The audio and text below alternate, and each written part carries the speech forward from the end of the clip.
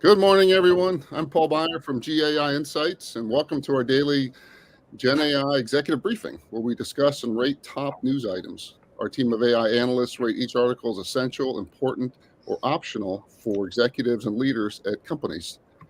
Today, we're super excited to have a guest rater, Chris Brock, who has the largest AI and ChatGPT users group on Facebook with 250,000 members.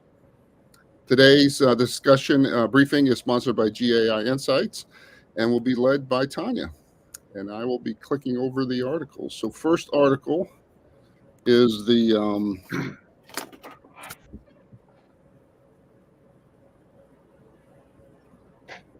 Should be the AI model, the the copyright. AI models. Yeah. Let me share my screen. Well, while you do that, good morning, everyone. I do have to show these that Paul so kindly sent my way. So I'll be using the paddles today to rate our news article. And we have some very interesting news articles, starting with this one on copyright services. And we also have some other products that we're going to be talking that are in the market that I think are very interesting. We got something on vulnerability detection. We have another one on predictive analytics, a Samsung announcement, and then we're also going to talk about things that are not yet in the market. And I mentioned that because that usually kind of sways our rating. We have something about NTT and creating characters. And then I love the last article, which is on geometry, because the human reasoning is still needed. So can't wait to talk about that one. But let's start with the copyright one. And I assigned our very best David, who is quite involved in this topic of publishing and content and copyright. So David? Oh, we can hear you, David. Sorry about that.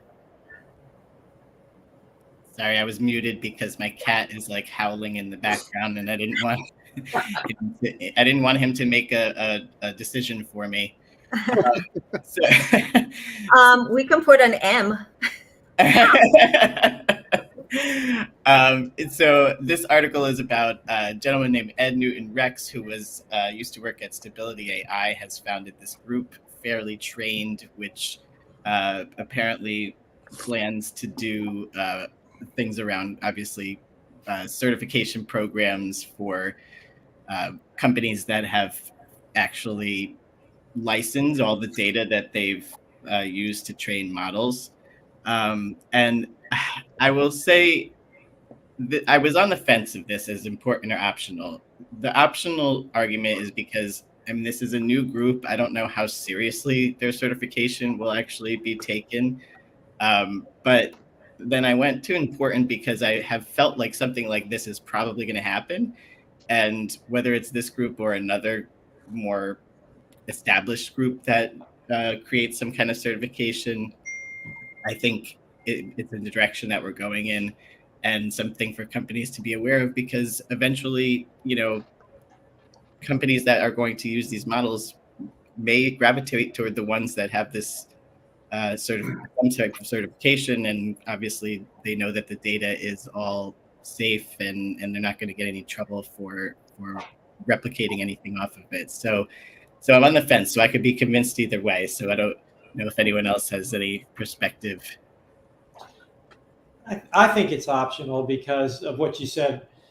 I think there's going to be a lot of back and forth here, as we've talked about many times. The legal issues are far from settled.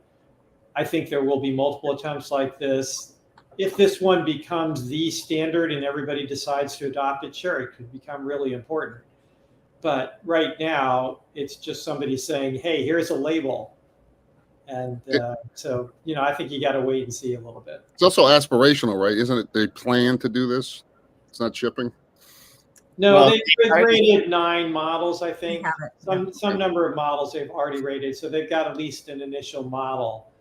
But it's just a rating and it's just a certification. So, that could be important, but it's a long ways from being there. And the legal issues are intertwined here too. Yeah, so, I would rate it as actually important as a trend. As you all said, certification is coming. However, it will arrive, right, as a standard body. The process here is more important than the label. So if someone wants to get a third party to examine what they've done with their data, and whether they give them the label or not, they know it's a peace of mind that they've done everything right and the data is clean. So I just think as it's worth for us to say that the trend is important. I agree with Lud. I mean, I think the article itself, the company and all of that, that can be optional. You can read the article as an optional, but be aware that this is coming. And I think that trend is important. So since I have these today, we are going to go, oops, it doesn't show there. You have to hold it in front of your face. If I hold it to my, oh, I see. Okay, important. Yes. All right, let's go to the next one. Thank you, David. So the next one is about Samsung's S24 new phone that's got a whole bunch of AI in it. All right, and Paul, I have you as the first commentator on this. Yeah, so I went in as a nothing burger because these are phones just getting faster, cheaper, better. There's 7 cameras on the back of this. I think like a lot of things we're seeing, hey, we're doing AI is less interesting than the use cases. So 7 use cases struck me as interesting. So there's live translation verbally and audioly on screen as you talk to someone live from different languages. They have an express or style mode for text. So you can say, write this in chill, write this in formal, write this in funny. So it's a style guide for your text. It's got more advanced sticker features for emoji and sticker creation.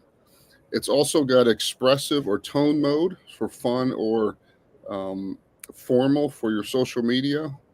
When you use Android Auto, it will summarize your group text messages as you drive.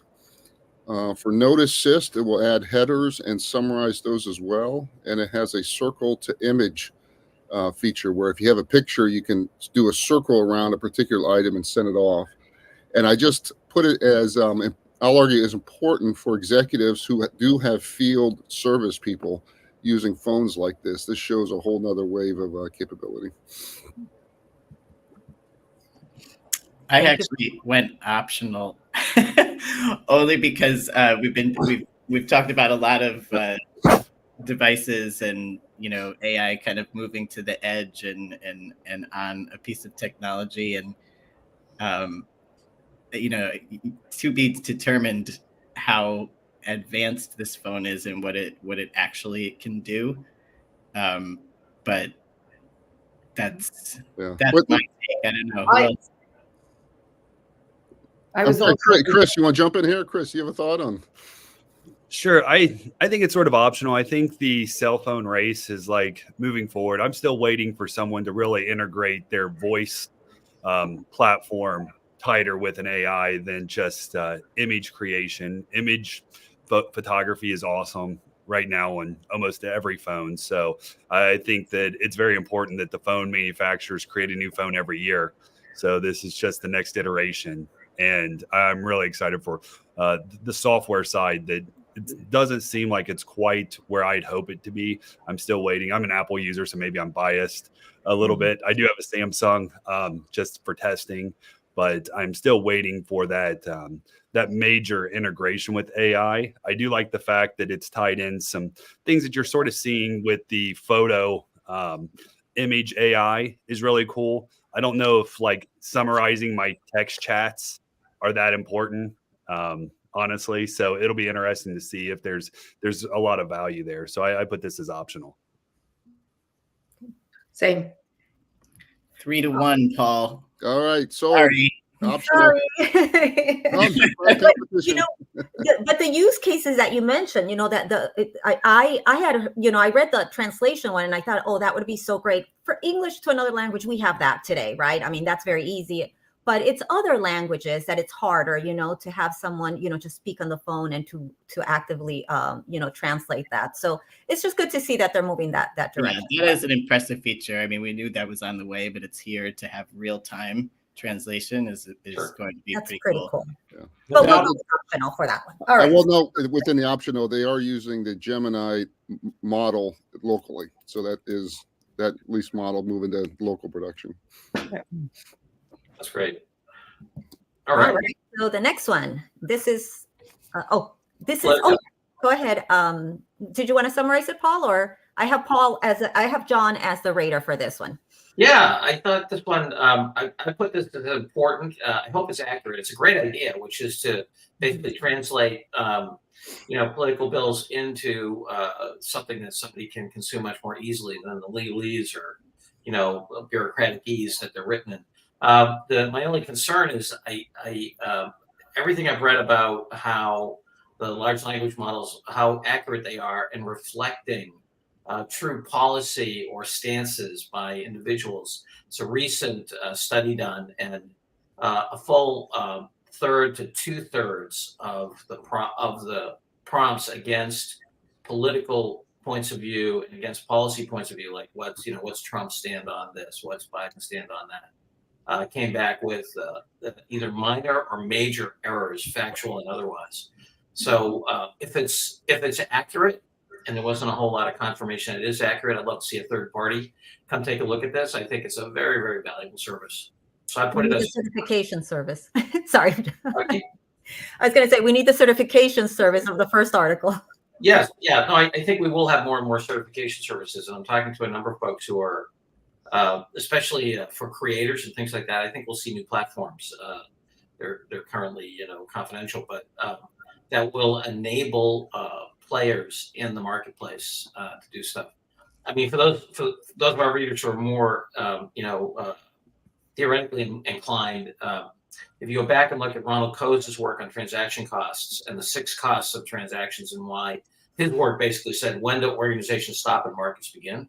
I think there's a whole bunch of stuff that we're doing. Maybe we'll have a discussion about it someday on this channel about how the six underlying costs of transactions that make things stay inside organizations, I think, are going to be affected pretty deeply by AI, and so I think that means that we're going to have the ability to have better outside market-based transactions for content and things like this. And validation is a huge part of that. But anyway, back to this. I would rate it as important.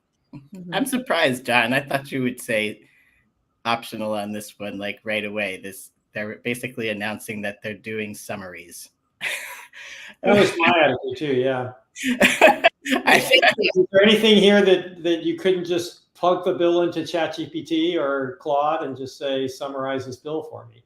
I wasn't clear what they were adding here that had any value. I mean, they're layering it within their own analysis, and presumably their own analysis is valuable. Right. But it was not entirely clear to me how this was anything but simple summarization.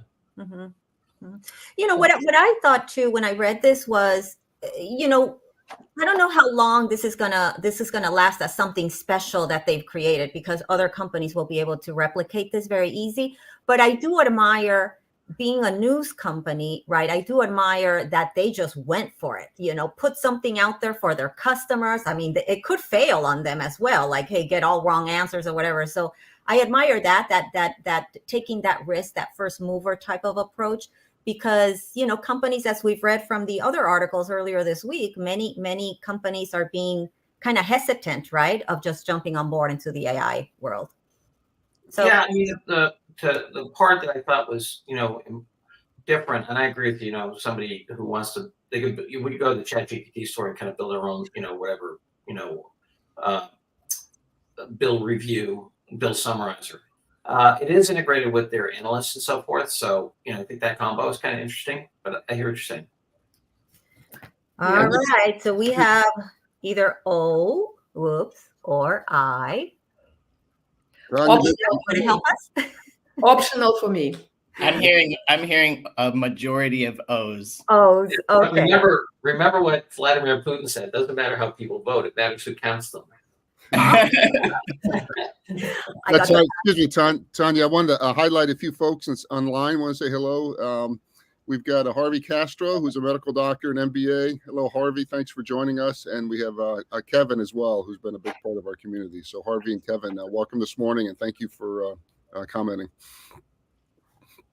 Yeah, thank you. And the human AI comment of Harvey on the phones. Yeah. That would be fun to see. All right, so let's go to our article. I think we're on article number 4 now, a startup. So Paul, will you be able to pull that one up, please?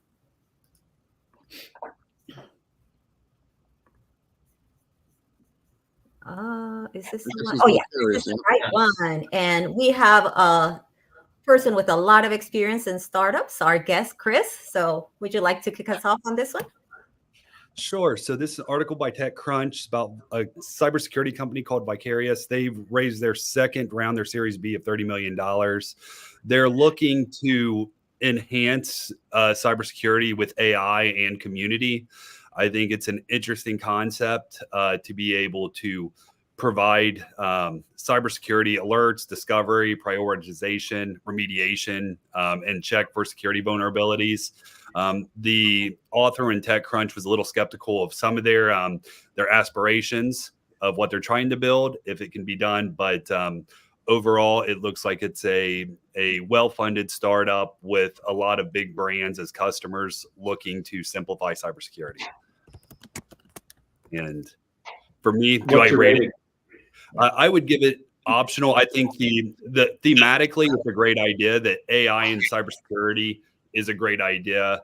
I think this is a startup in that space that may or may not be impactful simply because there's other cybersecurity solutions out there. They're calling theirs co-pilots. And as you can see on the screen, Microsoft, Google, and others also have co-pilots in that same space. So this is a unique player, possibly in that cybersecurity space, but maybe not important enough for people to all read. I'll jump in because I have a cybersecurity background. I've worked for F5 and Radware in the space, and for easily a decade, we've been using machine learning for things like threat detection, anomaly detection, automated response systems. So it's cool that they're integrating large language models into this, but it's one company that's just gotten their second round of funding of money in a space. I think this is optional as well, for sure. And Adam, may I ask a question? What actually triggered my thinking that this might be important is the way they're doing it, and they're essentially finding the weaknesses in the APIs and highlighting them, and then put remediation solutions. Yeah, the remediation is new. That's absolutely right. The large language model brings that into play, and that's significant. We'll see as this proves out as an industry, and it's probably a noteworthy trend. But this specific company and this application of it, I mean, you make a great point, Luda, and I'd still consider the overall article itself as optional news at this point. Okay, yeah. So the way they're doing it is they're giving developers a capability of spotting the problems in the way they put the programming interfaces into the application. So by giving them that power, they essentially remediate the gaps, right? So it's an interesting approach, but I'm okay with optional. I think it's optional. Amazon at their last big conference announced they were doing exactly this, and they're already in production. Oh, okay. I didn't know that. Okay. Exactly. Finding remediations, creating summaries, writing notices, everything. Okay. And I'm sure that Google and Microsoft are doing similar things. So could be interesting. You never know. As they say, it's a startup, but okay. Yeah. All right. So that one was easy. We'll go with optional. Thank you. Next article from NTT and character buildings. And sorry about this. Adam, I thought this would be perfect for you to help us rate it. Mr. Cyberspace, yeah. First of all, in this article, they use the term metaverses. I just want to categorically state that I don't like the use of the term. It's not internets, right? There's only one. There is the metaverse, and there's all sort of worlds in it and those sorts of things. But I would consider this news optional. It's cool that they're doing it. It's very interesting to me to see that Docomo is the one that's doing this. When you think about their lines of business, it's very interesting to see that move in this direction. But there are already tools on the market that are doing the same thing. So this is really an announcement of another player moving into a crowded space. I'd say that's optional. Yeah, I thought the same in terms of the fact that this company was doing it. And for people not familiar with them, it would be like I don't know, would it be fair to say it's akin to like Verizon deciding? Yeah, or AT&T Wireless, exactly. Yeah, to a degree. So that part was interesting. And Adam, I'm curious, is the Gen AI helping adoption of metaverse, or is it taking eyeballs away from it? I haven't really seen either way, honestly. The whole trend on the metaverse has cooled off quite a bit as large language models have come online. I'm starting to see it pick back up, and I think it's because, to your point, Paul, I guess I'm answering my own question. It's because of the large language models that I think the utility of these virtual worlds is starting to see a pickup again. So yeah, I think that is part of what we see going on here. Yeah, absolutely. I'm actually in the middle of writing a perspective on this. I mean, the metaverse is already happening. I mean, when you think about, we're talking about agents working on our behalf, right? Is that not the metaverse, whether we give them a virtual body or not? To me, I think, we all just kind of fell into this view of the metaverse that Mark Zuckerberg painted, which wasn't entirely accurate. I'll go on the record here. So, sorry, David. No, go ahead. I was just reiterate. It was Neil Stevenson who quoted the term metaverse, which Facebook Meta has now subsumed. But 8 years prior, it was William Gibson who used the term cyberspace, which I actually like as a much broader sense of the way that we interact with each other in digital worlds. So I'm barracking for that. And Jeff Rayport and John Stewart called it market space, right? Back in '94.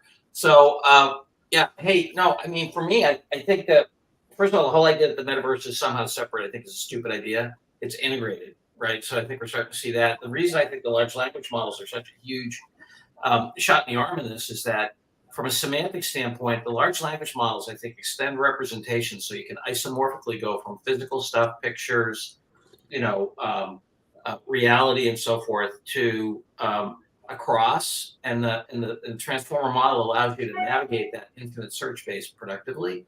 So I think it's a combination of those two things. And one of the guys on my thesis committee was a guy by the name of Pat Winston, who was at the time he was the head of the AI lab at MIT. And Pat said something interesting. He said, a lot of times the advances in AI have to do with advances in representation, not analysis.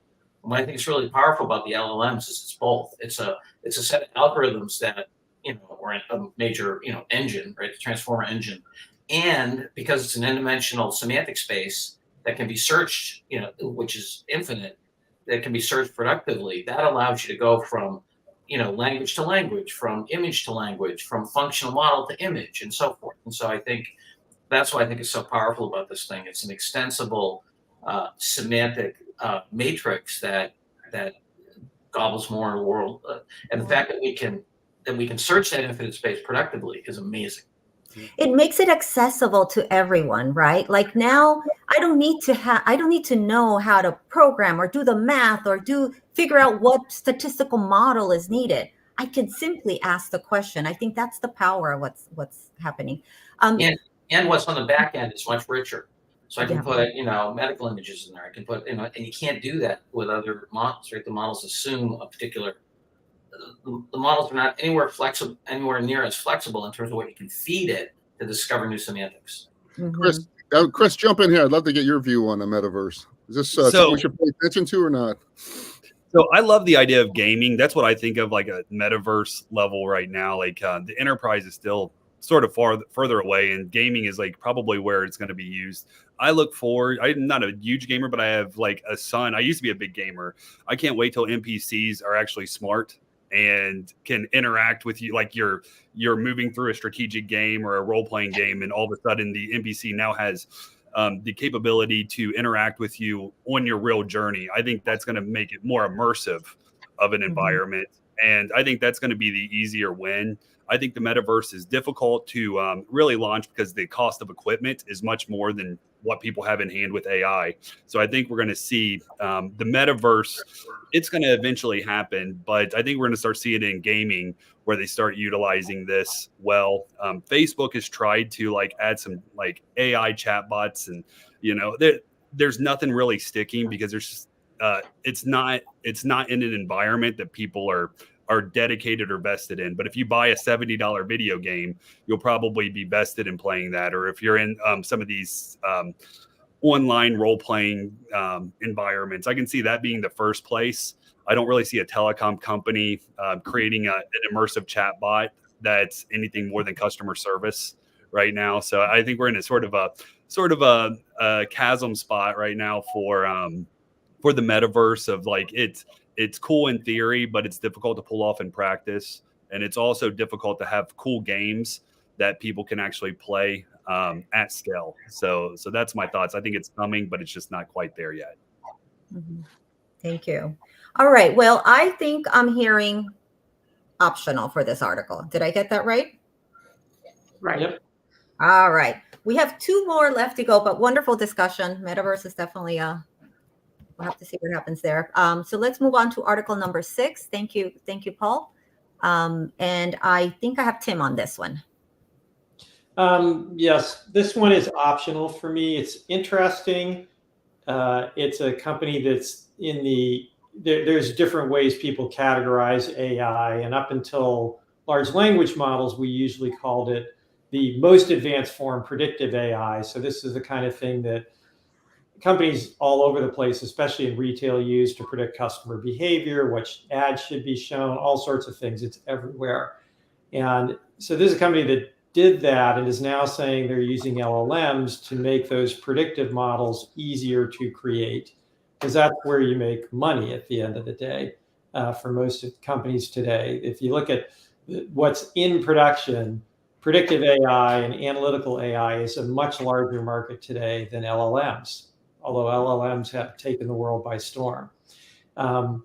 I rate it as optional, honestly, because you can do this already and tons of people are. That's one of the biggest uses of the general LLMs out there is create me a program that creates a spreadsheet out of this unstructured data and then uses some analysis to tell me which are my best customers and yada, yada, yada. So to me, and it's an announcement, it's not in production. I mean, if it is, it's barely in production. So all that put together to me says optional for this one. Interesting, but optional.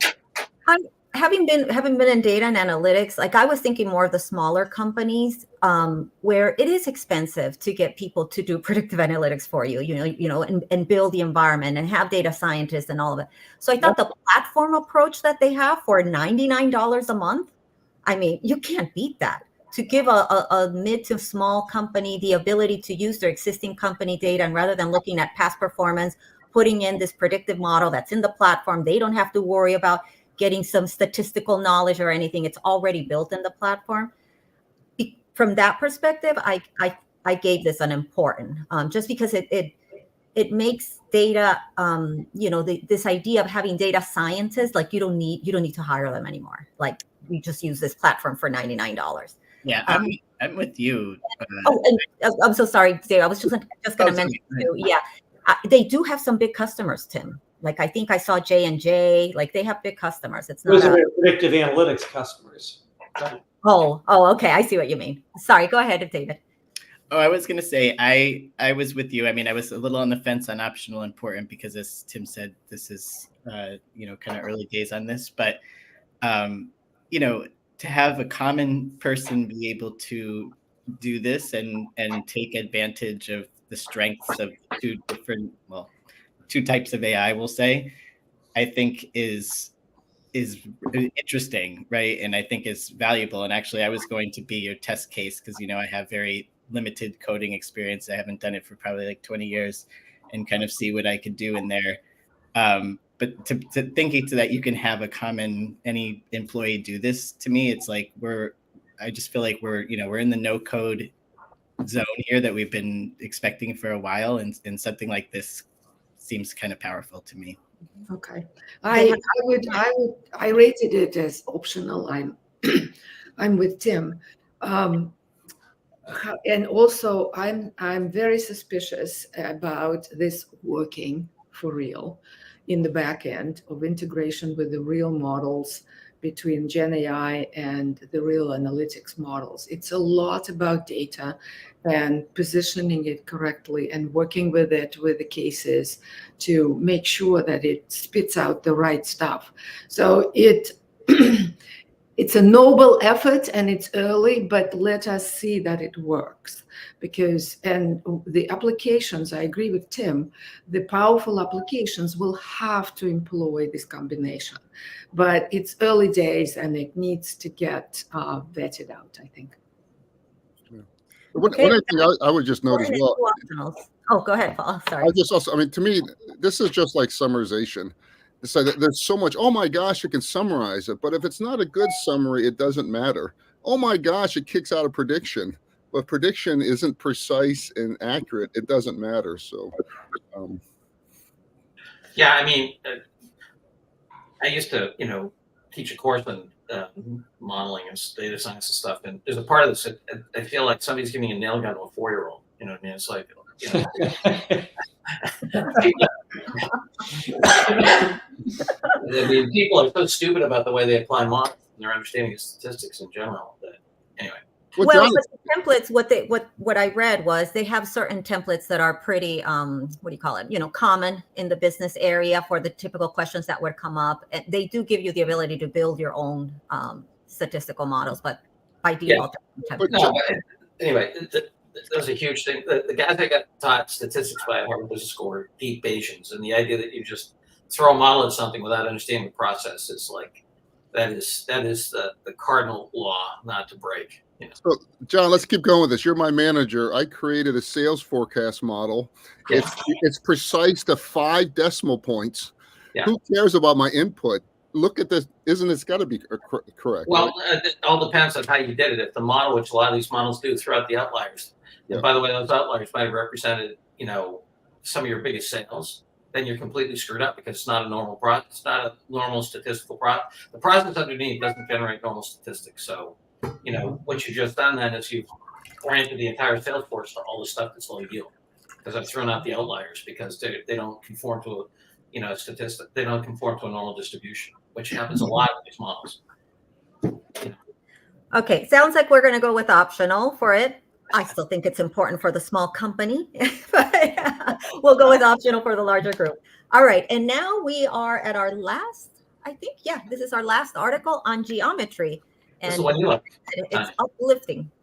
What's that? This is the one you like, you said. Yeah, because I think it's uplifting that the human reasoning is still needed. So I think I have, sorry about this, I don't have my list. Tim and Adam I had for this article. Who would like to start the discussion? Well, I'd say it's optional because it's research. It's not going to affect anybody's business in the I shouldn't say in the near future because the whole market has moved so fast, but it's not going to affect anybody tomorrow or next week probably. On the other hand, instead of doom scrolling one of your social media feeds, I'd read this article if you have the time. So avoid the Facebook and Instagram stuff and read this article, because I've been writing about this and talking about this for a while. This is where the world is headed. And this is a great article about it in terms of integrating actual deductive reasoning, the kind of stuff that we think of as human kind of thinking, with the large language models trained in those areas, and they made remarkable progress. It's unbelievable what's been done. It really is unbelievable if it pans out. But more importantly, at the meta level, not to make a pun, is this idea that you're going to have to integrate reasoning and LLMs to really get where you want to go. Totally agree, Tim. This is where the real power for OpenAI will happen. So it's a great article, and it shows how non-trivial that is, per the previous effort to put it into no-code zone. Not yet. And that article says not yet. Mm-hmm. I would jump in and say this is pretty important. I think this is one of the first times that we're seeing mathematical models and large language models sort of converge. We've seen some Wolfram Alpha work. I even put out something right around the same time as DeepMind put out their first work in Nature about sort of the mathematical understanding and underpinnings, which could turn into reasoning. So I would mark this as important. I think this is sort of this first landmark of a change from just large language models with text to large language models with mathematical modeling. So I would vote for this one to be important. Mm-hmm. Mm-hmm. Yeah, I would agree. Go ahead, Doug. That's good. Oh, no, go ahead. You said much. Go ahead. Oh, I was going to say I was leaning towards optional, and I think Chris may have tipped the scales for me. I think we just lost him, by the way.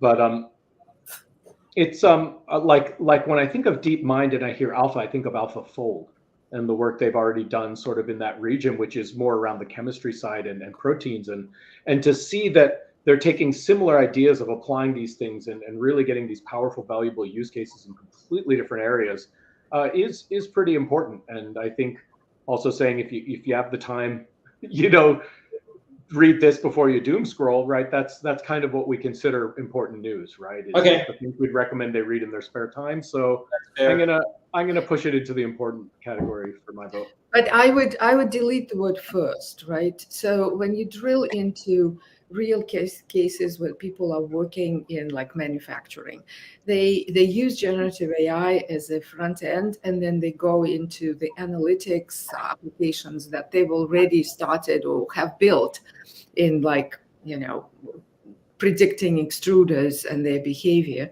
and they're integrating them together to get a real application that is easy to use. So it's not necessarily the first in mathematics, and it's a good test case or use case, but I think people are doing it out there, and actually looking for the power to come out of it, and I think it will. Mm-hmm. Okay, so I'm hearing important with it, and I have to agree. As I told you at the beginning, I love this article. From different perspectives, I think it's forcing us. All this technology is forcing us to understand really what human intelligence is. And you know how they say you really know a subject, you're really ready for a test if you can explain the concept to someone else. I think that's what's happening now. We're truly trying to understand how do we reason, how do we do this, and just to see that now that's driving, the development of this technology, not just, hey, we need this technology to help us, but to replicate how we think. I also, having 2 kids in high school, now I can tell them, hey, you still need to understand geometry reasoning, math reasoning. It's not just going to magically happen on a computer for you. So Sure. Many sides to this. But hey, thank you so much. This was a wonderful discussion today, really, really engaged. So we have one more day in the week, so stay pumped up for some new articles for next week and for tomorrow. And back to you, Paul. And it was great to have Chris. Sorry that he had to drop. Yeah, no, great. Thanks, everyone, and appreciate Chris, and we'll continue to have guests. And we appreciate Harvey and Kevin and others commenting online. Have a great day, everyone.